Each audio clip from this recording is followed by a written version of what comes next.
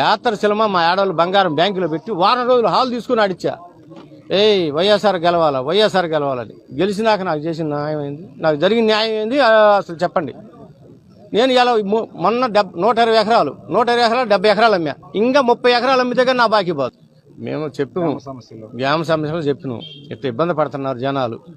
ఇప్పుడు ఆన్లైన్లు కావట్లా, ఇప్పుడు మన ప్రభుత్వం వచ్చాక ఇప్పుడు సంవత్సరం నుంచి ఆన్లైన్లు కావట్లా, ఏంది పని పరిస్థితి అని చెప్పినా మనం ఆలకిచ్చేవాళ్ళు. సరే మేము ఇంకా రాజకీయం చేయటం వద్దు, మనకేదో అయిపోయింది, చేసిన హాయిగా మనం చేసి మెలకొని ఇంట్లో కూకుండా మనకి ఈ రాజకీయాలు వద్దు, ఈ జనం చేత మాట్లాడాల్సిన అవసరం లేదనుకుంటున్నాం. భవిష్యత్ కార్యాచరణ ఏంటి? ఇంకా నాకు భవిష్యత్తు లేదు. చూసాం మనం మాట కోసం చెప్తాం. ఈ రాజకీయాలు రాజకీయాలు 100 అబద్ధాలు ఆడాలి. ఆ అబద్ధం మన వల్ల కాదు. ఈ రాజకీయం వద్దు ఏదో ఇచ్చినారు కాబట్టి మెలకొని ఉంటాం. ఈ రాజకీయం ఇంకా పోవటం అనవసరం. ఎటు పోయినా ఈ అబద్ధం ఆడటం, ఈ రాజకీయానికి ఉంటే ప్రతిదీ అబద్ధం ఆడాలి. మేము ఆడలేము, నా వల్ల కాదు, నేను చేయలేను.